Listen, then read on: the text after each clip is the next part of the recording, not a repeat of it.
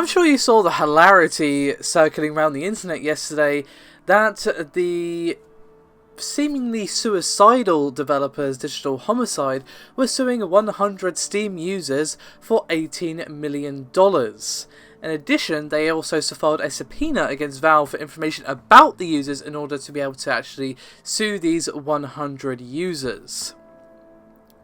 Now, there's been a bit of an update to this, but I just want to give you the details on the original lawsuit because A, it's hilarious, and B, you might have actually somehow missed it.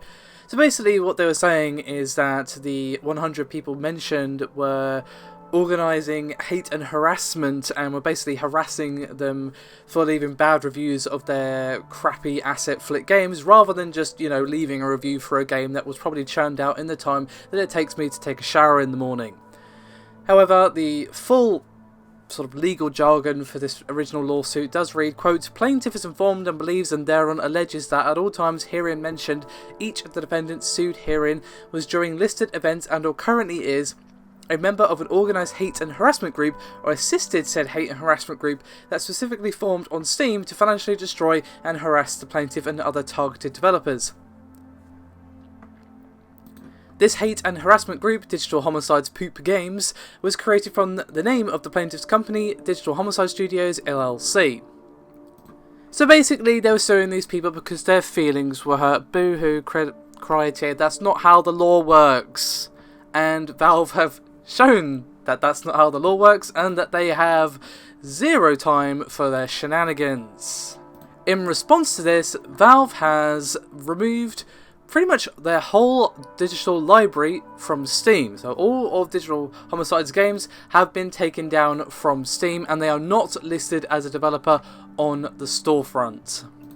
And when Valve were pressed for comment about the removal of Digital Homicide's quote-unquote games from the store, Valve, or a Valve rep should I say, said, quote, "Valve has stopped doing business with Digital Homicide for being hostile to Steam customers." So basically, Valve have kind of drawn the line at suing Steam customers and then saying to Valve, hey, here's a subpoena, can you tell us who these people are so we can sue them, please? And Valve have every right to contest the subpoena at a hearing. And given that they've removed Digital Homicide's games from the storefront for being hostile to Steam consumers, I'm going to say that's probably what they're going to do.